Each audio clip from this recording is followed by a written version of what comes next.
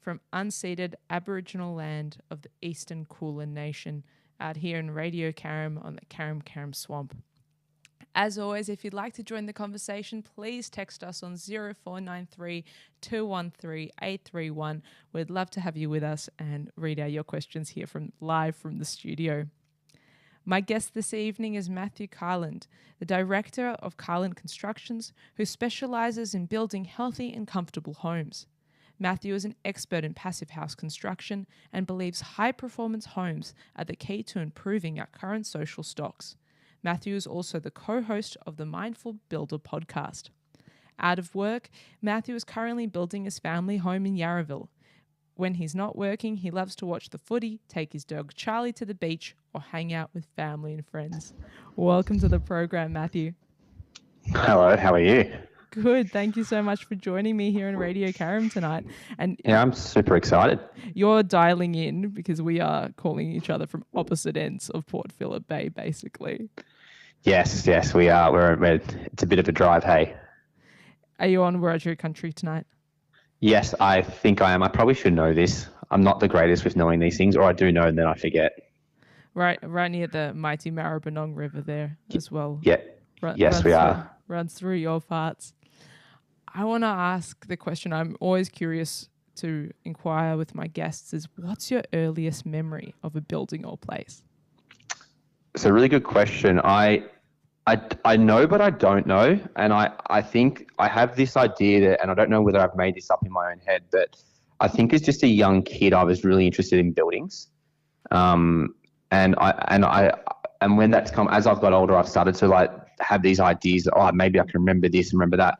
But I think the main influence to me is probably mum and dad, especially dad, who, when we were younger, he owned and built our own house in Williamstown, and dad's an electrician by trade. And I remember I was probably maybe 10 at the time, just little bits and snippets of the build going on. And that's probably been one of the biggest driving factors to get where I am today, sort of thing. Do you remember running around the construction site? I remember dad having his tools stolen. I remember that part. Which is a pretty wide problem in our industry at the moment. But I also just remember little bits like them digging out the back and doing some demolition, and then the plaster parts of the joinery, but there's nothing that I can be like, hey, I remember this bit and this bit and that bit. Did you always know you would pursue a trade? After high school, I actually did a degree in science, majoring in nutrition, but I've worked out that wasn't for me. And then I was like, well, what am I going to do? And I think that's when the building came out of me, that I'd always had this interest in it. I just didn't know it was there. And I had the freedom from mum and dad to sort of explore whatever opportunities I wanted to do, and you do you sort of thing. And I think I chose carpentry. I wanted to get into building, and I was like, look, I chose a carpentry apprenticeship because I wasn't interested in going back to uni. I thought I'd go be outside and work on the tools, and I was a horrible carpenter, to be really honest with you. I wasn't the greatest carpenter, but then developed into a builder from there. So it was one of those things. I was better in the back end of things. Better in management, better in piecing it all together and running the site. Yeah, dealing with clients. I think it comes down to I know my strengths, and I'm one of those people where it's I like to be the dumbest guy at the table, put the good people around me, and put A+ players. So I identified pretty quickly that whilst I understand carpentry extremely well, I could sit here and explain to you how to do something. I just can't do it myself, and it's because I think I rush.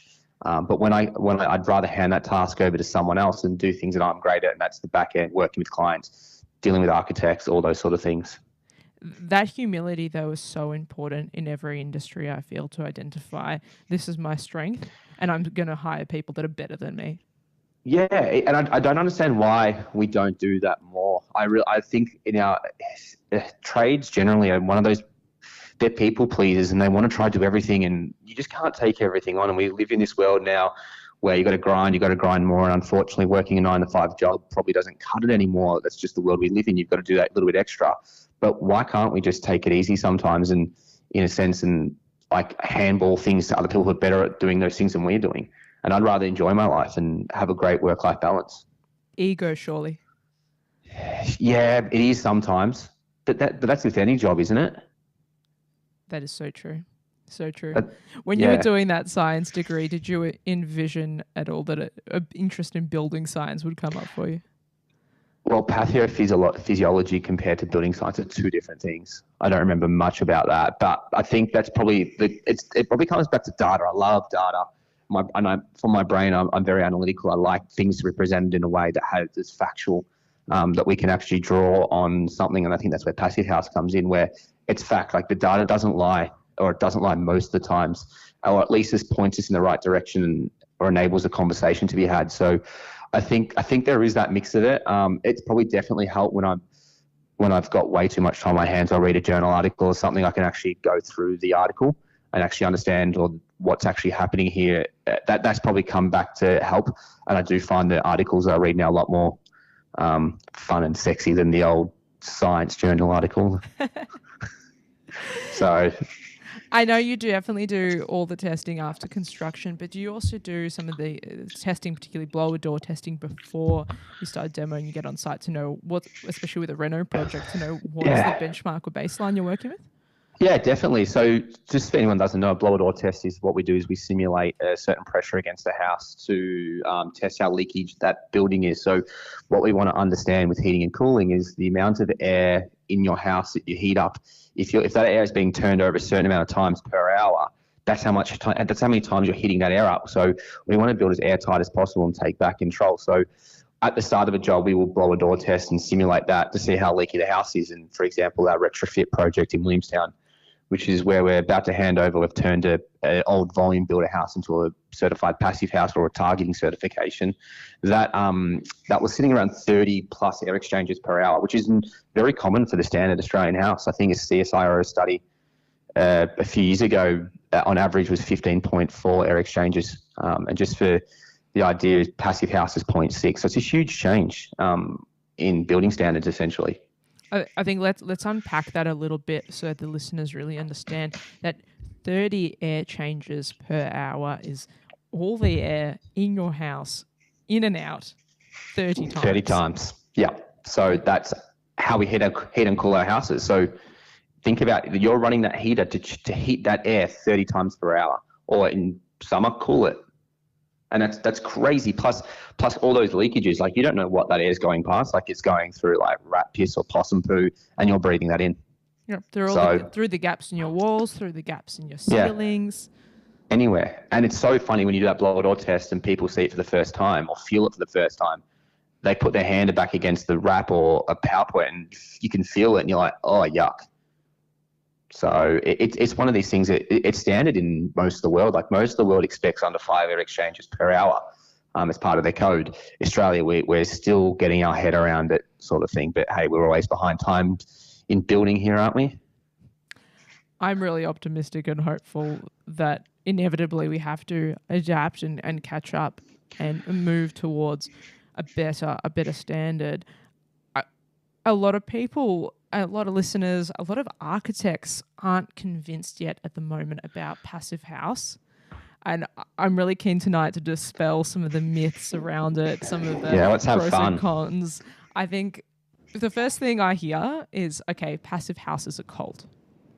So passive house, passive house, they can't be cold because you're only heating to, like you have a certain amount of heating that you can essentially utilize to get to a certain standard. So they are definitely not cold. They sit at a comfortable temperature, usually between 20 and 25 degrees with very little heating. And passive house is just basic building science, okay? So like these ideas of the principles of passive house weren't invented by passive house. Like good quality, like keeping water out of the building are been around before passive house. Good quality windows has been around before passive house, ventilation, air tightness. It's just that they've been all put together under this one banner. But we just want to, it's about taking back control and of that house. And the idea that passive houses are cold is like my sites, it's in winter at the moment. They're sitting around 16 degrees and it's a construction site. I can tell you it's a lot warmer than my own house. I think we are a bit of the telephone connection confused cold for cult. There. Oh, cold. Oh, like a cult. Oh, yeah. Cult. Yeah. Like it's a club. No, it is definitely a cult. Yeah, it's like but everyone's willing to help, and I think the good thing about it is like you can, as an architect, if you have problems, you can call another architect, and they'll share the information. Everyone is really happy to help each other out. So it is a little bit of a, everyone gets to know each other, and it's a really great community. But it's all that, at the end of the day, everyone just wants to build better and have a better sort of produce better buildings. That's what we're all after. Another really common concern or query, or that point where people don't have a lot of confidence, folks say, okay, why does it have to be that airtight? Why does it have to be an aquarium? I've heard as a reference, or is there a point where it can be good enough? So let's put it this way. So in Yarraville, where I'm building, it's about to be the second worst suburb for air quality in Australia. Do I want that air coming inside and breathing that in when we spend 90% of our time indoors? Definitely no. And when we talk about health and comfort, especially in Maribyrnong, I think cardiovascular disease and things around your lungs and stuff, respiratory diseases, are more likely to occur. There is a whole wide of different sort of cultures in this area, but the air that we're breathing here is not the greatest. So we want to take back control, and if it's I get really confused about this one. Sometimes it's very hard to explain about taking control back, because people are, the house needs to breathe. We just got to let it breathe itself. But if it's hot outside, you don't want that getting in, and if it's cold outside, you don't want that getting out, sort of thing. Or bushfire smoke, which is the reality of living in Australia. Yeah, which we want more of. Definitely. And my first passive house project actually in Spotswood that we've had certified, what the thing for them was it was the bushfires back in 2020, where by chance the architects we're working with, they actually put some monitoring systems of the CO2 and the particulate matter in their house, and then the bushfires happened, which ironically was kind of cool, because you got to see how bad the indoor air quality was. We can now control that. So yeah, they're happy as Larry, right near the Westgate Bridge. I'm incredibly passionate about clean air in buildings, and I think perhaps that's the way to bring people into the passive house conversation, or the passive house club. Although maybe we can open it up beyond its cult-like branding or cult-like following, that this allows you to access sites that maybe you thought were too noisy. Maybe you don't want to live on that busier road or main road or areas that are more expensive, but the sites are cheaper and you could build better. Yeah, and everyone talks about comfort, and there's multiple forms of comfort. So you obviously have thermal, which is what everyone really thinks about. That's the first thing. There's also humidity, there's also odors, there's also sound, there's vibrations. And if we can control all of that, isn't that what we want? The whole idea and the basic principle of a house is to separate outside from inside. That's at its absolute core. Keep the water out, because water kills buildings.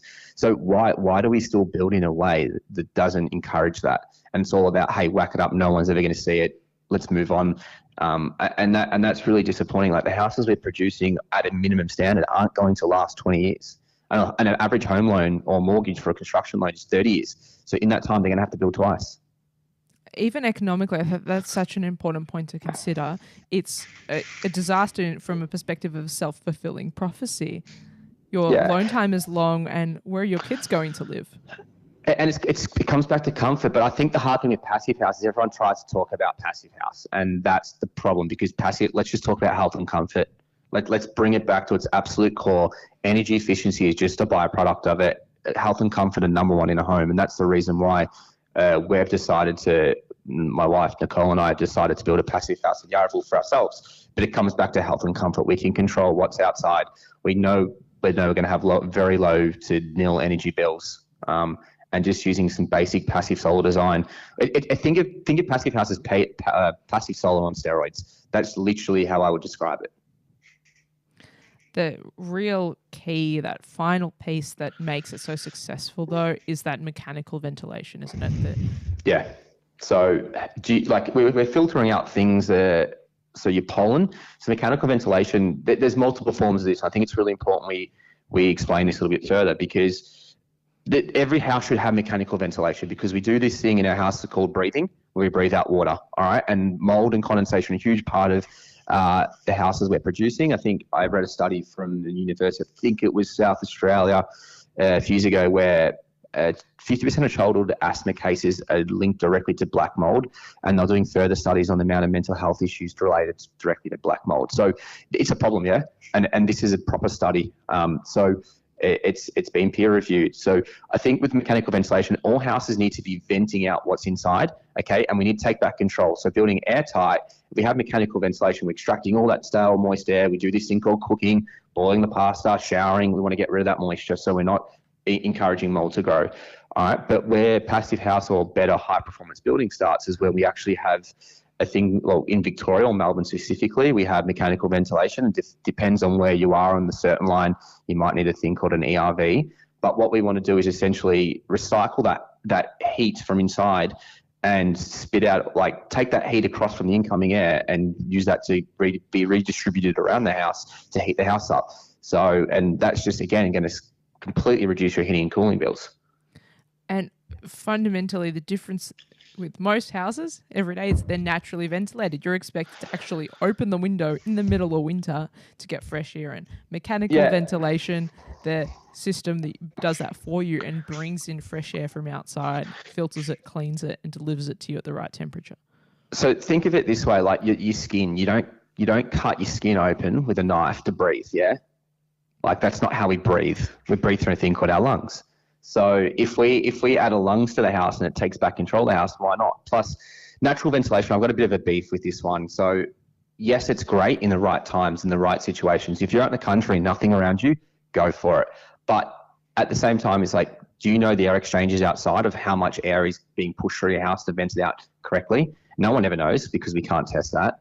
And so then we'll go in summer. If it's 40 degrees outside and you've got the aircon churning away, I don't think anyone's opening their doors and windows to vent it out. Absolutely not. Same as summer, same as winter when it's freezing outside like it has been recently. We're not going to open our windows and doors to vent it out.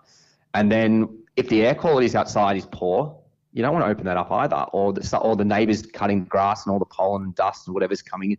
So what Passive House offers is a choice, and it offers you the chance to open the windows when you want, when it suits you and when it's controlled. And I think that is what's really important. So yes, you can still open your windows and doors to hear the birds chiming away, or if you want to hear the natural sounds, but you can also shut it and it works for you.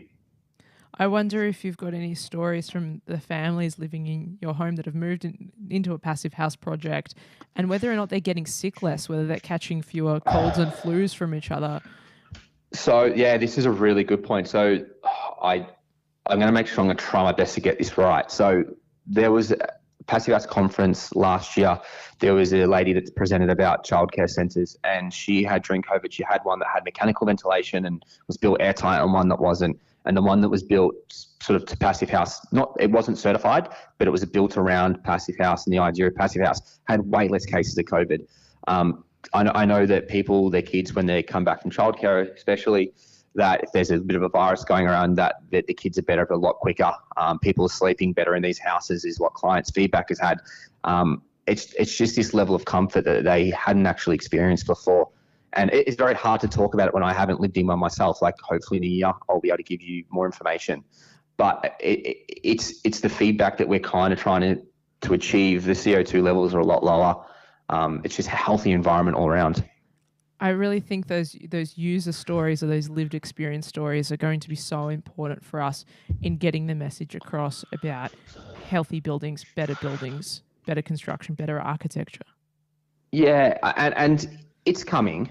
It is growing. It's again talking about it in the correct manner of not using technical jargon, because what we've got to realize, a lot of people that are in passive house or this community, we're quite nerdy and science driven. So we do want to talk in this very technical language where, like my wife, I always think back, how would she understand it? How do I get my friends who couldn't give a shit about those sort of things, how do I get them to buy into it? So we talk about like if you've got kids, like do you want to put them in an environment that they're healthy, like, and comfortable, and the air quality they're breathing is amazing. Like if we look, I think the World Health Organization just listed indoor air quality is one of a third biggest factor that can affect human health.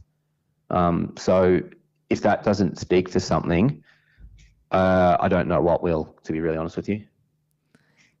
What do you find is the biggest hurdle for you, or the biggest obstacle in achieving? Or I guess people come to you because they want, by this stage, people come to you because they want a passive house, or they want as best an airtight house as they can get. Yeah, building passive house is easy. Like it is seriously the easiest houses I've ever built are passive houses because there's a higher level of communication and collaboration very on in the project. Now, I think that's with all projects though, and I think that's what we fail to understand is passive house requires, or I'm just going to use the word passive house and high performance. I'm just going to put under the passive house banner as well for a second. But when everyone collaborates very, very early on a project and architects are aligned with the builder and the client and the engineer and the interior designer and the consultants, and we have one common goal, and that is to champion the project. Ego should not get in the way. Because passive house requires that, that's why the buildings are easy, because everything is talked about very early on. All right. So that everyone is open about the conversation. But I think the hurdle, what comes down to is there's an idea that it blows out the budget. And look, you know what? Passive house is a little bit more expensive. High performance building is a little bit more expensive. That's okay. It's a premium product. How much more expensive? Look, some of my data coming back at the moment, it's 2 to 3%. That's nothing. If you're spending if you spend $1.5 million, definitely 2 to 3% is fine. But on the flip side, though, if we look at my retrofit project in Williamstown, I've been running data, and I think that what it's sort of starting to say is, if we didn't design this as a passive house, it might be the same cost, if not more expensive. So every project, again, is unique. So I think what we need to understand is what drives the price up in a building is custom design and architecture. And we all know it's the things like joinery and what we choose to fit out the building with, and the cladding choices and the complexity of design, the site orientation, other site conditions, the access. That's what drives the cost up. But unfortunately, passive house and building better gets lumped into that conversation as that's the energy efficiency. That's what's making our buildings more expensive. At the price point of a couple of percent, I think it's also really important, coming off the back of that conversation about health, that getting sick is expensive. Being unwell and taking time off, chasing through illnesses, chasing up appointments, mold exposure, that's expensive. Oh, and imagine if the government had the foresight to understand and see that this is a massive problem, that we could take a huge amount of we could remove the problems around our healthcare system and take that burden off the doctors and nurses and specialists and whoever, and reduce our healthcare costs.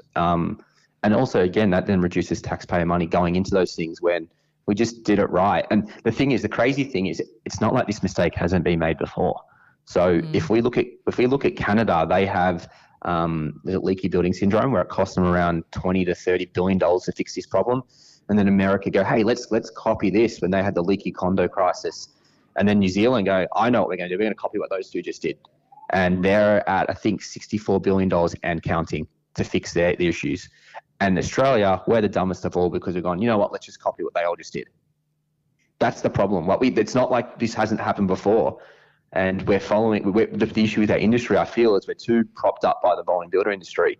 And yes, it has its place in building and construction and architecture, but we're so motivated by those type of people, because they're the players that have the seats at the table through industries and stuff like that are pushing to keep construction costs down, and I know not delivering on what we probably should be. What would you say to a family who are considering the next home? They're going to build from scratch. They have a site, but they're unsure. Should they go the volume build McMansion, 5-6 bedrooms they could squeeze on, or should they actually build what they need? Speak with an architect, work with the builder, get that smaller size. So bigger is not better. Very simple. And what is it? Only 5% of houses are designed by architects as well. Something which is crazy. So in Australia, we build the biggest houses in the world. I think at the moment it's 244 square meters. We compare that to places like in Europe and Japan that are around the 130, 140. Then you go as low as 76 in the UK.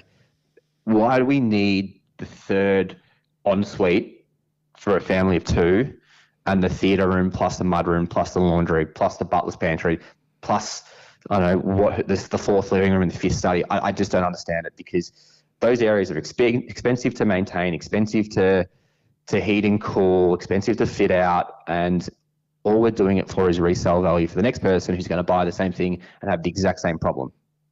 Surely there'll come a point where that we'll start identifying this leaky building syndrome. We'll start understanding quality and that resale value of that 4, 5, 6 bedroom McMansion is going to really come down.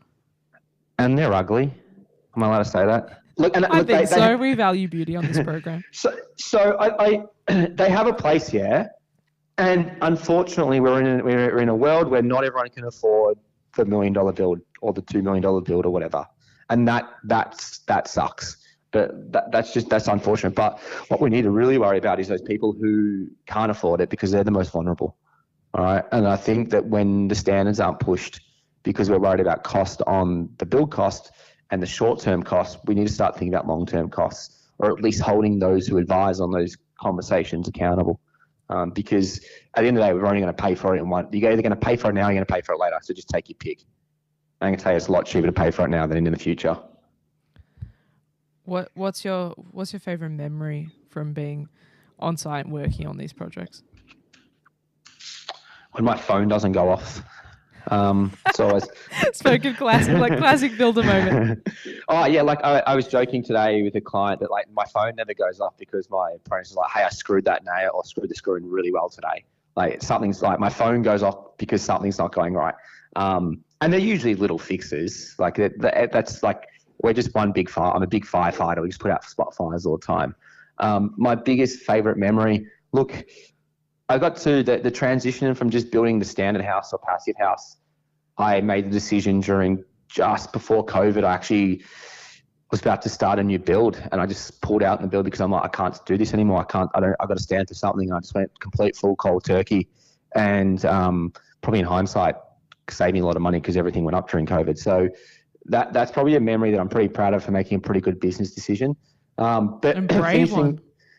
Yeah, I was just like, well. If I'm going to do this, I've got to stand for something. I'm one of those people, I'm all in on something. And I went real all in. I'd say finishing the first passive house is fun. Finishing the second one is fun. The third, the fourth, they're all fun. Like every project is awesome. And I know I have amazing clients. Like I also see these builders complaining about, oh, my client sucks and we don't get along. Like I can't get my head around that. Like my clients are damn awesome. And I think I'm also, like we do vet them very hard at the start, and we do put them through the ringer to understand what motivates them and are they for us. And I always say it's like a marriage. We're literally marrying you for the next 10 years and become part of your family. But that's probably a memory that I like, yeah, just each project has its own memories. And sometimes I don't see that one is greater than the other. That's nice. What do you wish architects knew about builders? I wish they would be more, and look, I'm weird. I love work. Like a lot of builders say I hate working with architects. I love it because it makes my life so much easier. The documentation usually is better. But I would say collaborate early. Like at the end of the day, like I don't know how to design a house. You don't know how to build one. You don't know the complexities that might happen around buildability and structure on site. And you also, one thing you don't know costings. And that's one thing that even as a builder, we have an idea of them. We still don't know them 100% because they fluctuate and change. So I think the misconception is around that we need to be working as a team. We both want the same outcome. We both want the same goal. We both want that building to get built. So why not just work together really early as a collaboration from the start? And that's why, again, we don't competitive tender. We only work in early from a project and work alongside someone because we want the common goal. And that's why our projects go to site. That's exactly what I was going to ask about next. I'm so interested in better procurement practice and how that really has to be the way forward to find success. Yeah, and look, if you're doing a tender, it's a race to the bottom. You just, as a business, you don't know your numbers as a builder.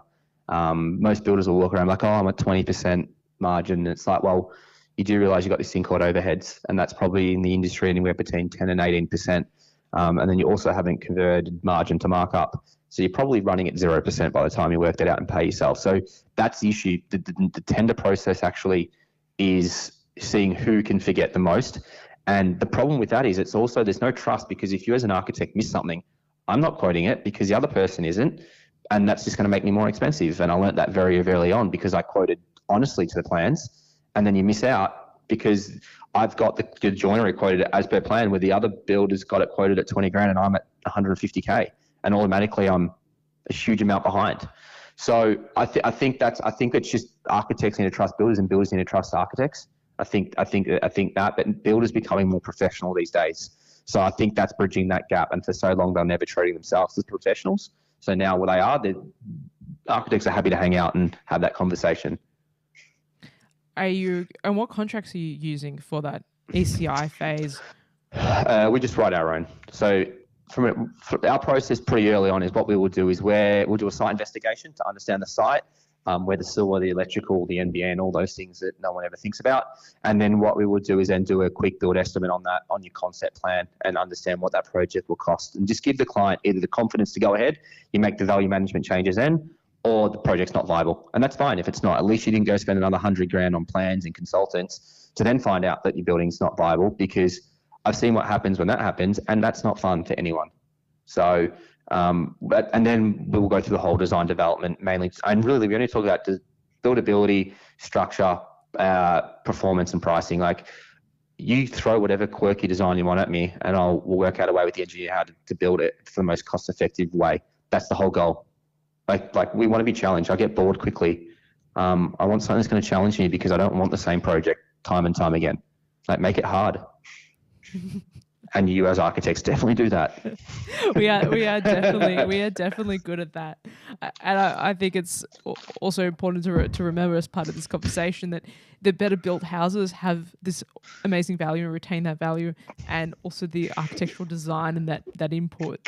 They can really freak people out of what's the architect adding there, overdoing it, but you actually get $11.30 back on every dollar spent on architect's fees in appreciated capital value. Oh, and so I said this to someone today when they were deciding between an architect and a basic drafty. And I was like, yeah, the drafty is a lot cheaper up front, 100%. But the more you're going to spend a lot more on site, because it hasn't been thought through. There's going to be a lot more variations. There's going to be issues that arise.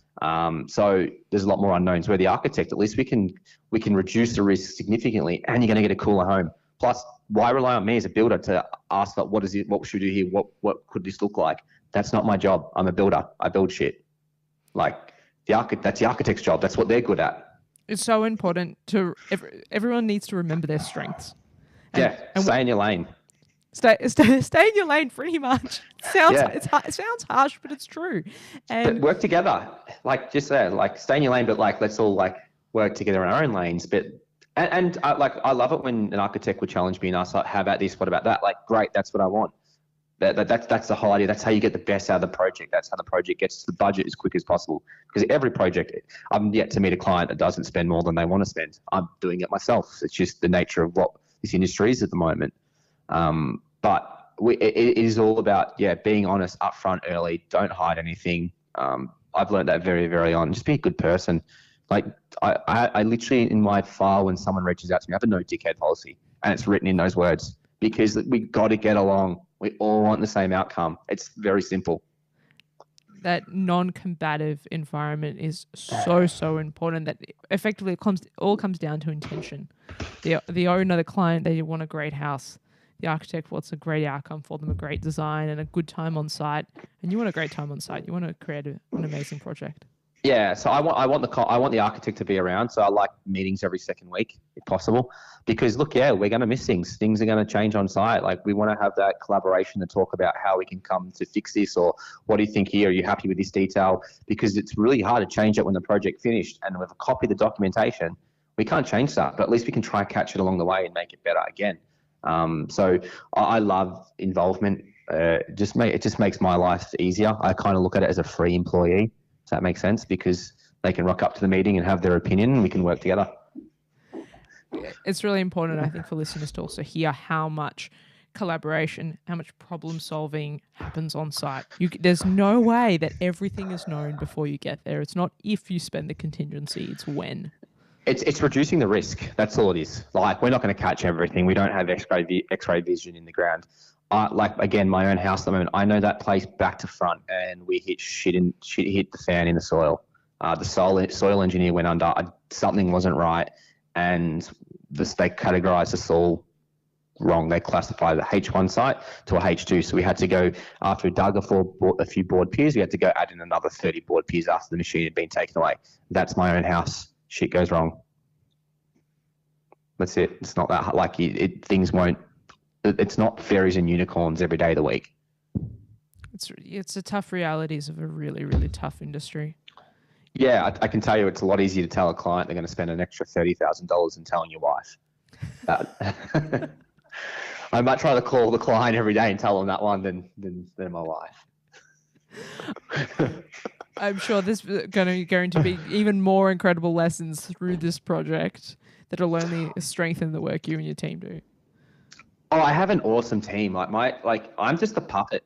I'm just a person. Like, I just run around for them. I get what they need to get done. Like, I help them out. Like, they're the ones that are physically doing the work. Like, they're the ones that were working outside when it's cold and windy and wet today.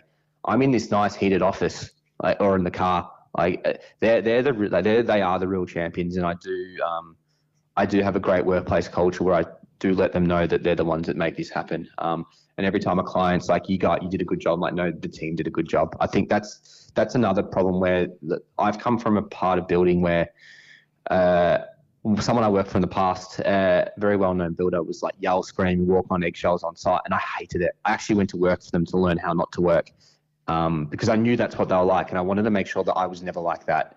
And I think it's really important that you trust the people that are on site. Like, again, my carpenters, that they know how to do carpentry stuff better than me. So rely on their advice. Again, it goes back to dumbest person at the table. Trust is so important, isn't it? Yeah, like my trades are the same trades every single time. My plumber, who I think was the first day I was ever on site as an apprentice, he's my plumber now. We've got a great relationship. So that's the level of trust. And probably over the last few years when price has gone up and COVID's hit, like, I'm the lucky one. Well, I shouldn't say lucky one because I put myself in this situation, but they're the ones that are around. They're the ones that are happy to share the load. The ones that will come tomorrow if I need them. The ones that will, come to Christmas party and have fun. Like, the ones that will sort of pick you up when you're down and give you a call to say, hey, you're doing okay. Seems like things aren't going great. So it does come back to help you in spades. You do talk about that a little bit on your podcast, on the Mindful Builder pod. Yeah. Not just sustainability, mental health in the construction sector. I think it's so important to highlight, particularly because I think the statistic is like 30% of the Australian population is directly impacted by the construction industry. Totally. So you are more likely to die from suicide than die in a workplace accident. I'm someone that has anxiety, and it's only mild. It is a very mild form, and I would say that I do get the sweaty palms and sometimes try to avoid the conversation with certain things because I just don't want to. I'm not ready for that time. And it's all like we're in a very fragile industry at the moment where there's no positive. Nothing's positive. It's the next builder that's going under. It's the dodgy architect. It's the dodgy tradie. Like, let's just have some good news stories because there's a lot of pretty good people out there doing some pretty damn awesome things. So we just want to put a positive spin on that. Look, what's really crazy is Hamish, my co-host. We decided to go down this road, and we started talking about mental health, and he's been very open about his anxiety. And we had so many people reach out to us, like 20, 30 people, like, hey, I'm suffering depression. I don't know what to do. I've never spoken to anyone. I think I suffer from anxiety. And we were like, oh shit, now what? We're not equipped for this. So we've put on it. We've got our friend Julie, the psychologist, joins us once a month to have this chat to help us navigate that space and talk about it openly. But we just need to provide that platform for people to. It's okay not to be okay. People can speak up. We're in a world now where, like, if you probably don't have anxiety, you're in the minority of people, or like we all have some form of it. It's just you got to be open about it. Don't let it build up. And there are people that you can speak to. There's so many awesome networks or websites or associations that you can reach out to and ask for help. So it's just something I'm very passionate about. So true. Here. How much of that do you think is also coming from the culture within the construction industry? I live in a very safe bubble of construction. I don't cop shit with that sort of stuff. So we're very diverse in a sense of, like, I've got there's no, how do I word this? I'm not the right person to ask that because everything is pretty cool where we are. All right. Like, if it got to that level, I've done something extremely wrong. I can only hear about those for other people and the people I surround myself. And, like, I've got an amazing network of other builders too. And we're all in that safe space where we only deal with good people. We don't yell and scream. So I don't know how to answer that one because that's not something that I know that well. In a way, you have answered it well through the. I hope you're giving listeners who are in the construction industry, who are in a trade, a bit of hope tonight, because there are good construction companies such as yours and your co-host and your colleagues Oh, totally. who have positive teams and work through better contracts, better procurement, trickles down to a better environment on site, better client relationships. Oh, it's like I can leave my first year apprentice to go chat with my clients, and I couldn't care what they said because I trust them, and I know the conversation is going to be, they're going to know their limits. I'd probably, the biggest advice I'd give to anyone out there who isn't enjoying working with their trade, or actually with any job really, like, go find someone, just reach out. Like the amount of people I have reach out through social media looking for jobs. And the group that I speak to that are builders, they've actually become, they're not builder friends, they've actually become friends. Like just reach out. Like I'm happy if anyone's listening, they want to reach out to me, I'll be able to point them in the right direction, or at least ask the network that I have, is anyone looking? Go pick who you want to work for you want to work for. Like reach out to someone. I actually poach people. Like I'll find someone that's good and bring them across. That's one of the things I do, which probably ethically isn't the greatest thing to do at times, but I think it's important. Yeah, you surround yourself with good people that fit the culture of the team at the time, and that will change. Like I have a very young crew. They're all under the age of 35. They're actually more in the younger 20s, but so my team is geared up around that. So I was like, and I'll be open about this, like I was looking recently to hire, and I had a few older applicants, but they just didn't fit the group dynamics at the time. So we went with someone a little bit younger, that was a little bit more loud and quirky, because I felt that they needed that to come out of their shell. So find your people, find your crowd. They are out there. Yeah. Don't be afraid to speak up and ask. What have you learned about architects or working with architects that surprised you? Oh, this is a good question. They're just normal people. Like, does that, yeah. We're not weird. Yeah, and look, some architects have their ego, yeah, but doesn't anyone in any industry? Like, it's like you're good. It's like anything. You're good, you're bad. But like, I have no problem calling that ego out, and I'm okay with it because I hope they do the same to me. And sometimes people just need that quick reality check, and you can do that in a fun, positive, joking way. Or look, they're just people at the end of the day. And again, they want to see their design get to site. So why not help them? You've got again, goes back to the common goal. I want to build a house, so they want to see it built. Client wants to live in an awesome house.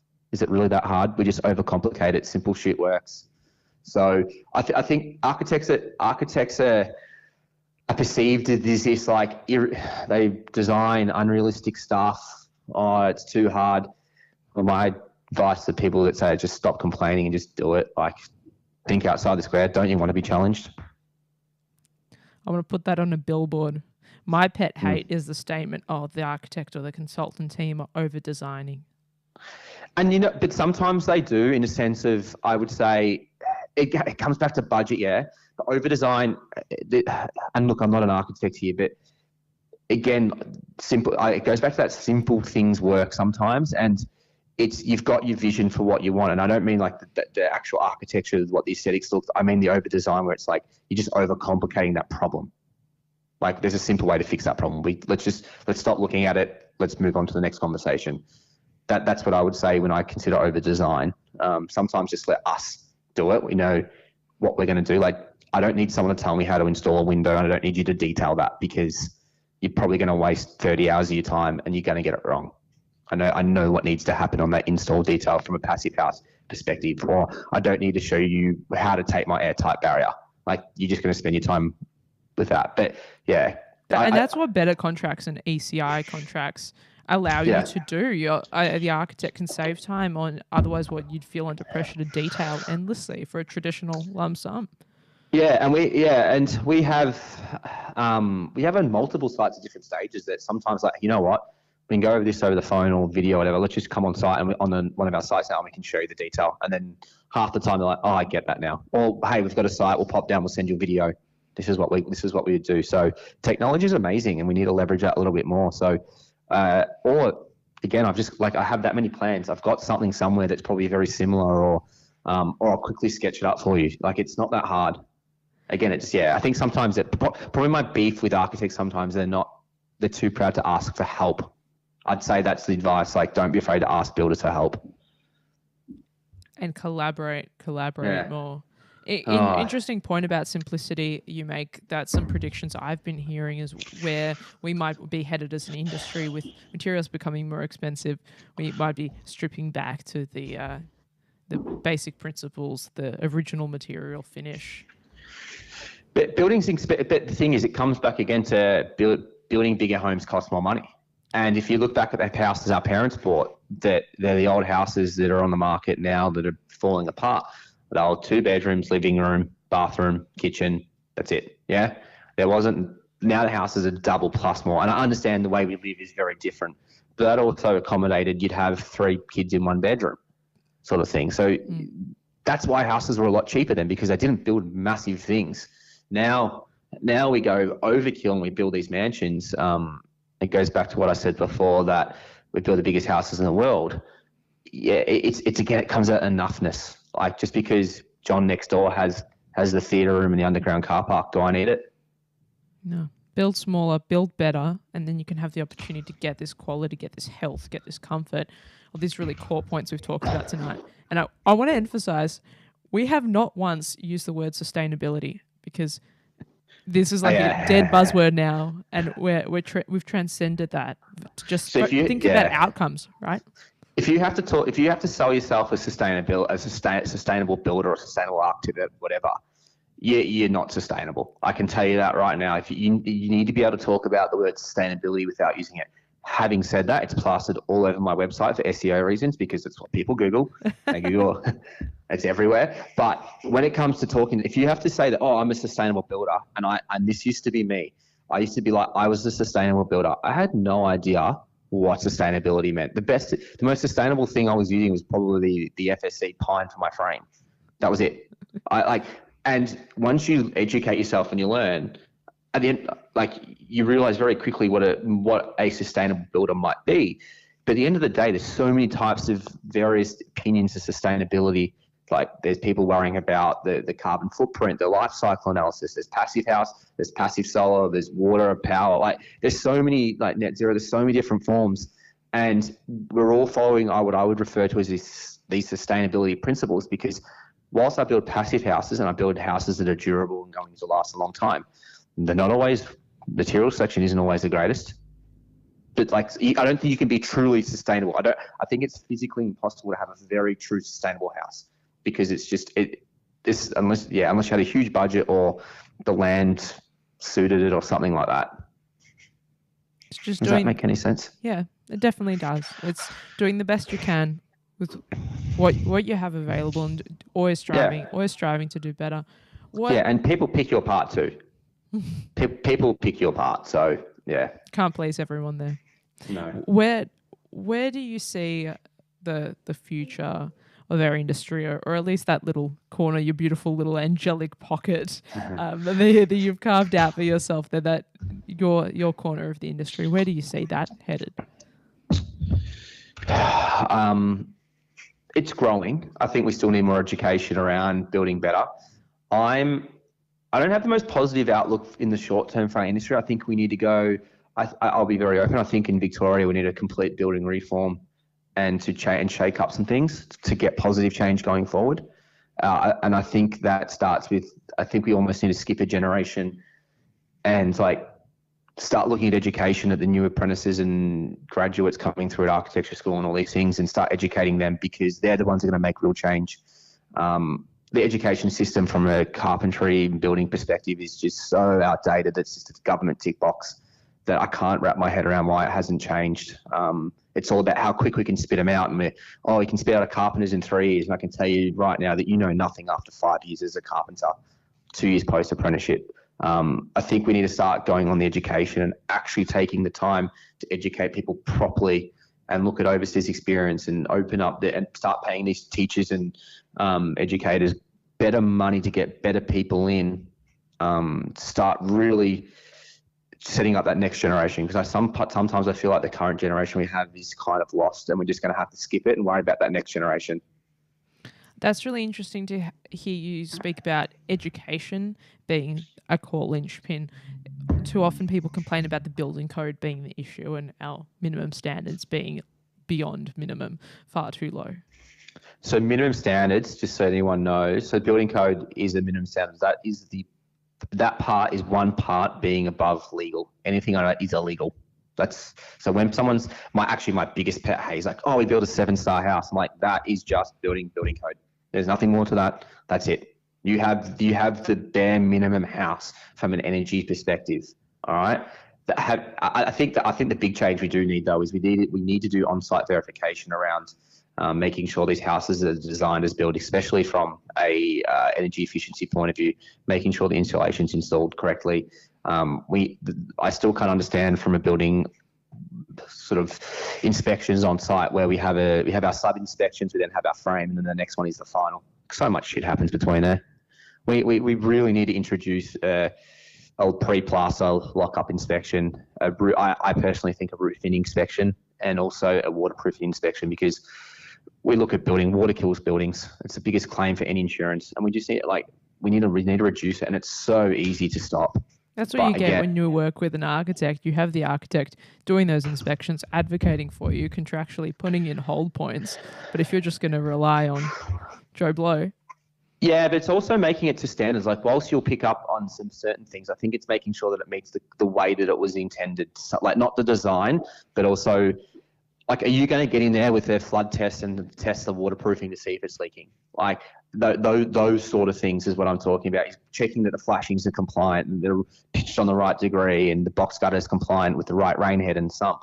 So I think that's what is really important, to make sure they are built as designed, or not built as designed, they actually comply, because that's where the issues come. And if you go back to the absolute basics of building, I probably said it once or twice, is water kills buildings. We just need to start there. If we can keep the water out, and that water can come as air and vapor and many different things, we need to look after water first and keep that building alive and look at those things that kill the building. Definitely. I think we're playing catch up, particularly in New South Wales. It's a really big part of the conversation they're having there with apartments, and bringing in independent certifiers and inspectors and checking it because of all the construction issues that we're seeing. Yeah.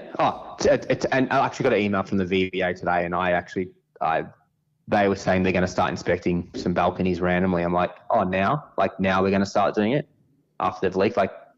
Where has this not happened in the past? Look, at least it's starting to do something. What gives you hope? There's some pretty cool people out there doing some pretty cool things, yeah.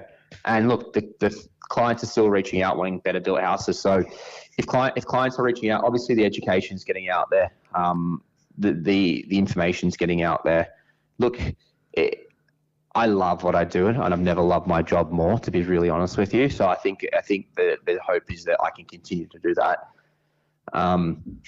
But you just got to look. Sometimes I think you just got to look short term, not long term, and just look at the next task ahead, and think what can we do to make change in the next year, and then it's the next one after that. It's just small goals is what gives me hope, not that big long term goal. I hope listeners are inspired listening to you and our conversation tonight, because it sounds like you took a leap of faith at an incredibly scary moment that some would have called you crazy for stepping away from the conventional building method and following your values, chasing that through. I call myself stupid sometimes. I still think, I look back, I'm like, why did I do it then? But you don't know what you don't know, right? You couldn't have done it straight out of carpentry school. That is my favourite saying, and I think that's one thing that I would say to anyone is, if you can take away anything, is you do not know what you don't know. And I think once you understand that in our industry, that's when you can consider yourself an expert. And even still, the experts are all full of doubt, full of questions, forever learning. I've got literally this book next to me, A House Needs to Breathe or Does It? Like, it's 400 pages. It's like my wife told me off for taking on the plane the other day. I'm always reading, always learning. Like, there's so much information out there to get better and improve on. What do you think the next frontier might be technically that we start exploring? Because once upon a time, even the mechanical ventilation wasn't a conversation that was being had, and now it's an absolute staple in homes that are high performing and air. We have the answers now. We like what we are producing now is, as a passive house, or the homes we are building are up there with the best houses in the world from a durability and building part. The answers are there now. We don't need to go find them. We don't need to go search for this wonder miracle technology or whatever. Like the information is out there. Yes, you still need to go look for it a little bit, but it's there. And there's some very good people around the world doing some incredibly amazing things, educating people. There's awesome channels in America and in Europe, and there's great conferences and stuff and podcasts and that you can listen to. And you've just got to go find it at the moment. And I think eventually that will be just come through education platforms like university and TAFEs and stuff. But I say there's no excuse now. There's nothing's going to change. It's just we're going to have cooler materials to work with and better technologies around, say maybe using AI in the home somehow. I would say that's going to come in one day, or better solar panels and batteries and things like that. But again, the technology is already there. We're just on the precipice of that moment and wanting to adapt it. What about hempcrete? Oh, so I've literally got a book there. The hempcrete's awesome material. I haven't worked with it yet. I do look forward to working with it one day.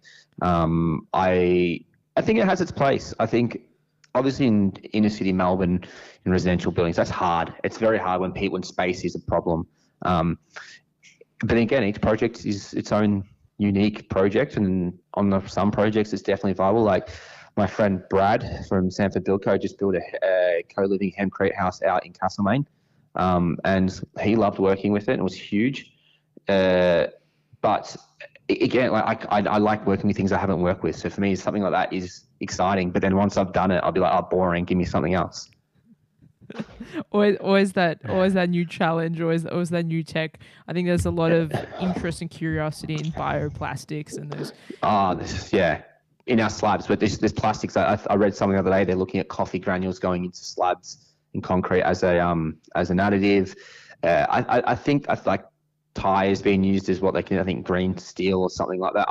I think there are technology will evolve, but building practices and building physics has not changed from what it was 1,000 years ago to what it is now. It's the same principle. Physics and science like that don't change. Basic principles don't change. I think once we can wrap our heads around that, what we put inside the houses, that we just need to work within those limitations. Yeah, I think it comes back to our fundamental point from today's discussion is keeping it simple, coming back to getting those core fundamentals right. Yeah, simpleness with a bit of quirkiness. I love that. Yeah. So no, I love the industry. I just wish there was some more positive media around what people are doing out there. That's the one thing, because it does seem gloom and doom, and it can get pretty depressing at times when you start reading the media about the thoughts on the industry. That's the one thing that I'd really hope changes in the short term. But again, in a world like today's, positive media doesn't sell. It's all the clickbait article, negative stuff that is what people will open the link on. So I do understand and respect that to some extent. So well, we do thank you for your work and for your advocacy and education across both your channels, across what you do on Carland Constructions and how you bring us into your world of more passive and high performance buildings, but also your advocacy on the Mindful Builder podcast. Thank you. It is fun. It is really fun. I'm mindful of the time, so we'll wrap it up here. But thank you so much for joining us on the program tonight, Matthew. Thank you for having me. Thanks for joining me for another evening of radio architecture with Ilana Razbash. This live show was broadcast and recorded in the Radio Karim studio on Bunurong Country. You can replay this show wherever you get your podcasts. Thanks for tuning in and supporting community radio. Take care.